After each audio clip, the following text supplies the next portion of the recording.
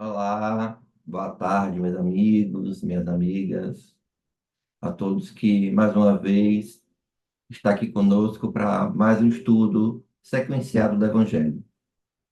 Para quem está aqui pela primeira vez, meu nome é Marcos Ribeiro, sou trabalhador do GPEC, Grêmio Espírita Perseverança e Caridade, faço parte da equipe do setor doutrinário e todos os domingos nós nos reunimos neste horário para o estudo do Evangelho segundo o Espiritismo.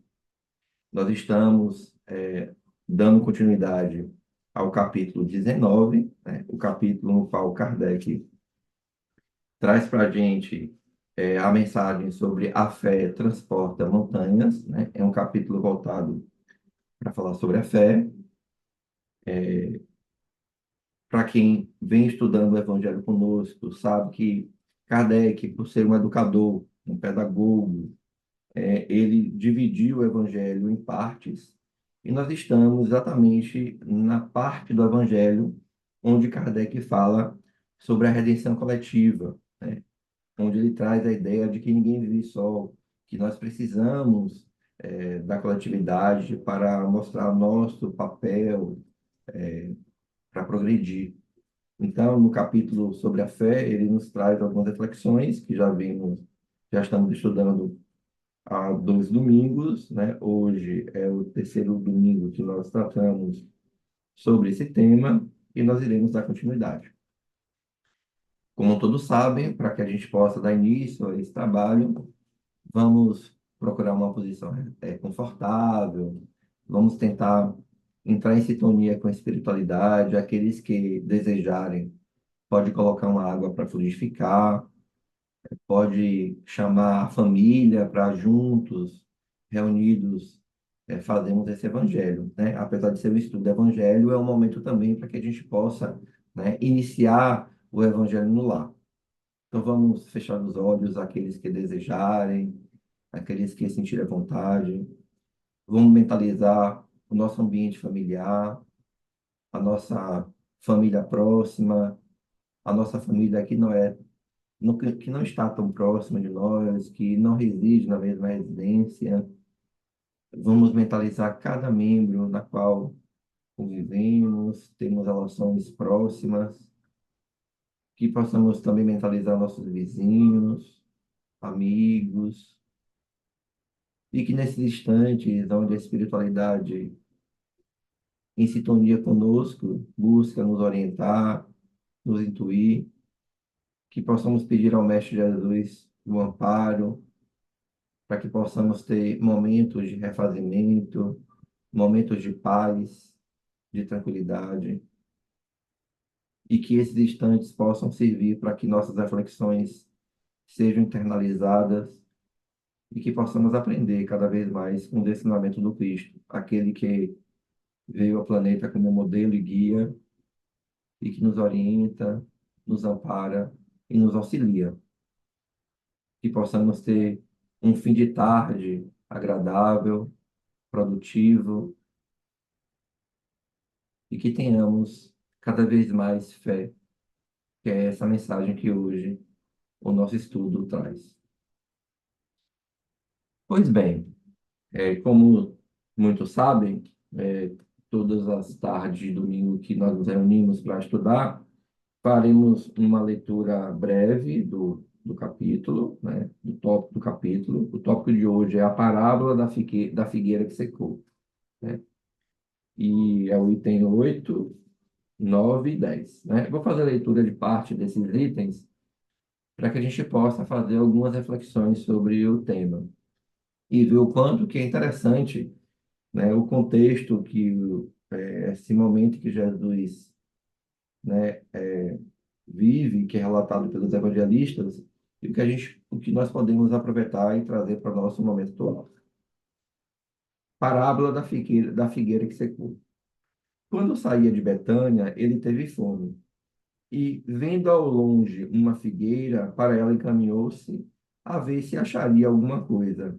Tendo-se, porém, aproximado, só achou folhas, visto não ser tempo de figos. Então, disse Jesus à figueira: que ninguém coma de ti fruto algum. o que seus discípulos ouviram. No dia seguinte, ao passarem pela figueira, viram que secara até a raiz. Pedro, lembrando-se do que dissera Jesus, disse: Mestre, olha como secou a figueira que tu amaldiçoaste. Jesus, tomando a palavra, lhe disse: Tende fé em Deus. Digo-vos em verdade, que aquele que disser a esta montanha, tira-te daí e lança-te ao mar, mas sem hesitar no seu coração, crente, ao contrário, firmemente de que tudo o que houver dito acontecerá, verá que, com efeito, acontece. Marcos, capítulo 11, versículo 12 a 14, 20 a 23.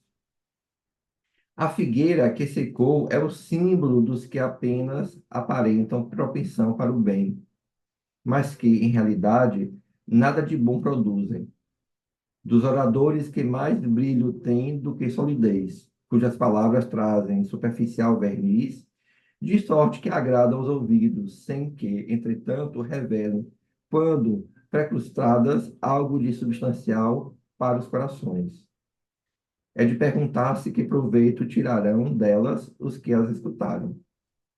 Simboliza também todos aqueles que, tendo meios de ser úteis, não são. Todas as utopias, todos os sistemas ocos, todas as doutrinas carentes de base sólida. O que as mais das vezes faltam é a verdadeira fé.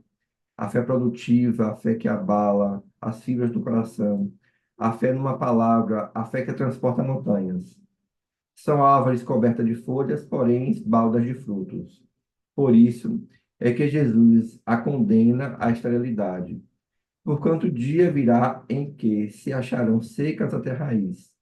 Quer dizer que todos os sistemas, todas as doutrinas que nenhum bem para a humanidade houverem produzido, cairão reduzidas a nada. Que todos os homens, deliberadamente inúteis, por não terem posto em ação os recursos que traziam consigo, serão tratados como a figueira que secou. Bem, é importante que a gente entenda o contexto que essa passagem do Evangelho aconteceu, né? Primeiro que figueiras, né, são árvores, né? O próprio figo é um fruto, a figueira é um símbolo importante para aquele povo daquela época, né? Um símbolo de produtividade, de prosperidade, de riqueza. E no momento em que ocorre isso, pelos relatos, né, pelos estudos das obras complementares da doutrina e próprias pesquisas, né, sobre os estudiosos do Evangelho, eles relatam que a época em que isso aconteceu, de fato, não era uma época em que as figueiras teriam frutos, né? E na passagem de Jesus para Betânia, onde ele dorme em Betânia, né, aqui está simplificada a história, ele percebe ao longe que junto, né, diante de todas aquelas figueiras que não estavam no momento de estar com folhagem, ela se destacava, né? Ela era mais frondosa.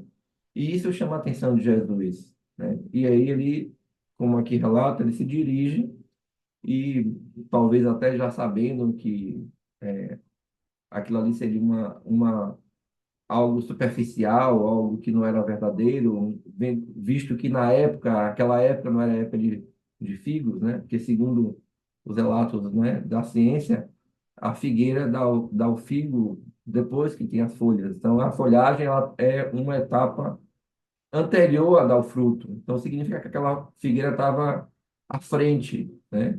Porém, não era produtiva. E me parece que, não dá para afirmar, mas é como se aquela figueira fosse frondosa o ano inteiro, né? Diferente das outras que passavam pelas estações de produtividade. Pois bem, e o interessante dessa passagem é que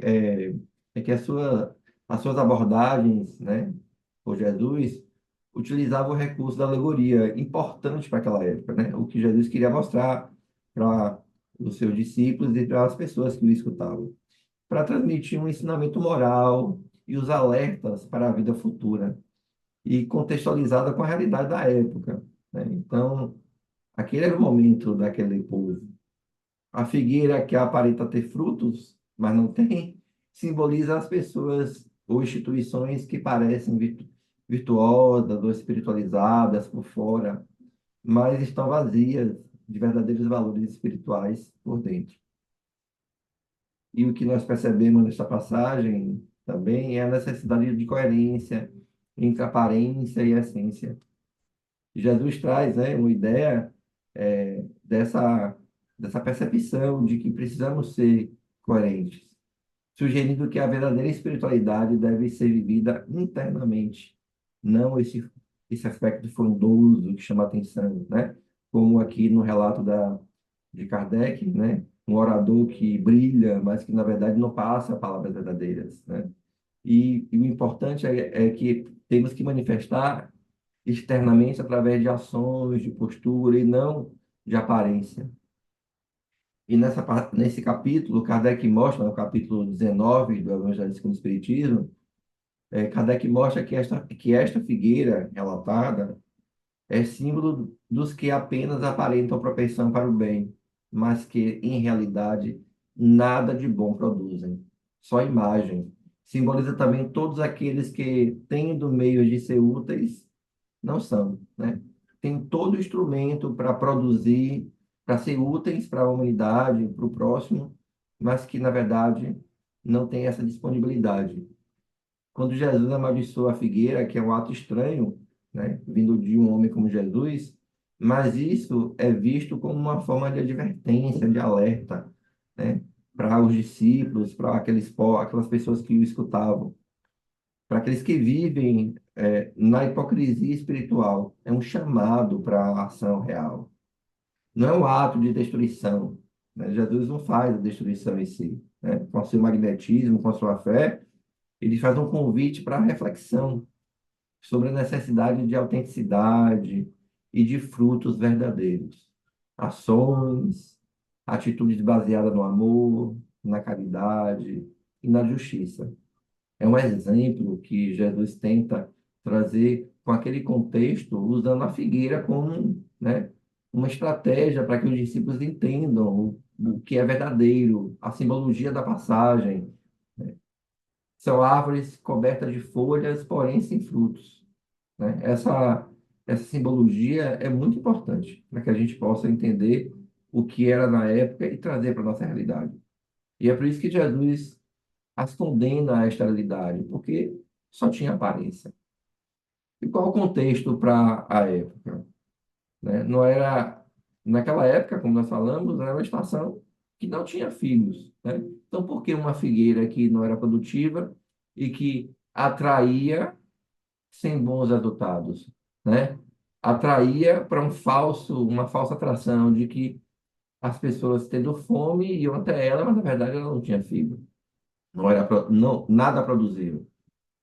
Quer dizer que todas as doutrinas que nenhum bem para a humanidade houverem produzido cairão, como disse aqui no Evangelho. Não terão força, serão esquecidas, né? Jesus dá o episódio para ensinar sobre o poder da fé, né? A gente viu que ele traz o exemplo e ele afirma que se tiverem fé e não duvidarem, poderão fazer coisas ainda maiores.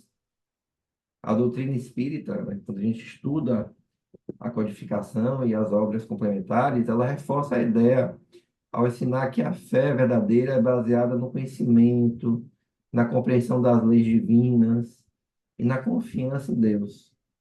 A fé raciocinada é um pilar importante no Espiritismo, diferente da fé cega ou dogmática. E é interessante pensarmos que a figueira que secou também pode ser interpretado como um lembrete sobre o desapego das coisas materiais e das aparências externas, que precisamos nos desvencilhar dessas questões materiais, porque a verdadeira fortaleza, aquilo que é sustentado, são os valores espirituais. O Evangelho nos fala que é essencial cultivar, né, esse valor interno, né, a espiritualidade. E essas é que são duradouras, em vez de fixar em valores transitórios de um mundo material e de um mundo que estamos aqui de passagem, apenas aprendendo que usemos, né, os instrumentos materiais para consolidar é, valores espirituais, né? na caridade, na doação. Aí eu trago algumas questões práticas, né, para que a gente possa pensar sobre o que o Evangelho nos traz, né? A parábola nos incentiva a examinarmos as nossas vidas, né, para garantir que uma espiritualidade autêntica, com produção de fruto verdadeiro, de amor e caridade e justiça, seja aquilo que a gente possa lembrar quando olharmos para trás, né? Nos fala de uma fé raciocinada, o poder que a gente precisa ter em acreditar, né? Reforça a importância de desenvolver uma fé baseada em entendimento das leis divinas, na confiança em Deus, em vez daquela fé, né, que é cega, aquela fé que é dogmática, daquela fé que é superficial. Outro aspecto também que percebemos nessa parábola é que serve como um chamado para a autorreflexão e para o aperfeiçoamento contínuo. Precisamos estar em constante melhora. Precisamos estar nos avaliando o tempo inteiro para sabermos se estamos seguindo o caminho correto. Não podemos esquecer que a evolução espiritual é um processo constante e que se nós não fizermos agora, faremos em outras vidas, mas faremos. Então é melhor que façamos com um planejamento pensado e não forçado. A parábola da figueira que secou é rica em simbolismo e oferece profundas lições de moral e espiritualidade, alinhando com os princípios da fé raciocinada, autenticidade e devolução contínua. Assim, meus amigos, né, essa parábola que o Evangelho nos traz, que é do Evangelho de Marcos, né, e também de Mateus, trata da importância da fé como obra do bem, a fé produzindo o bem. E também traz a importância de sermos pessoas que possuem algum entendimento da espiritualidade, né? Na verdade, de pessoas que têm entendimento da espiritualidade, mas que, na verdade, são incapazes de produzir fruto. Que sejamos pessoas com entendimento da espiritualidade e que sejamos produtivos, que colocamos em prática. Nos atentemos, porque a fé inabalável só a é porque pode encarar frente a frente a razão. Em todas as épocas da humanidade, essa é a fé verdadeira. Então, essa mensagem que o Evangelho nos traz hoje é um convite para o nosso exercício da fé. Pois bem, né, estamos encerrando mais um estudo do Evangelho, né, mais uma atividade do nosso fim de tarde de domingo. E espero que todos tenham entendido a mensagem, né? E vamos encerrar o nosso estudo com uma oração. Então, podemos aproveitar esse instante também para agradecer ao Mestre Jesus por mais uma semana que se inicia, mais uma oportunidade de nós exercitarmos a nossa fé, buscando o Evangelho do Cristo, buscando os ensinamentos do Mestre que esteve conosco e que nos disponibiliza instrumentos para que a nossa redenção coletiva, que possamos ter uma noite tranquila, uma semana produtiva, de muita paz.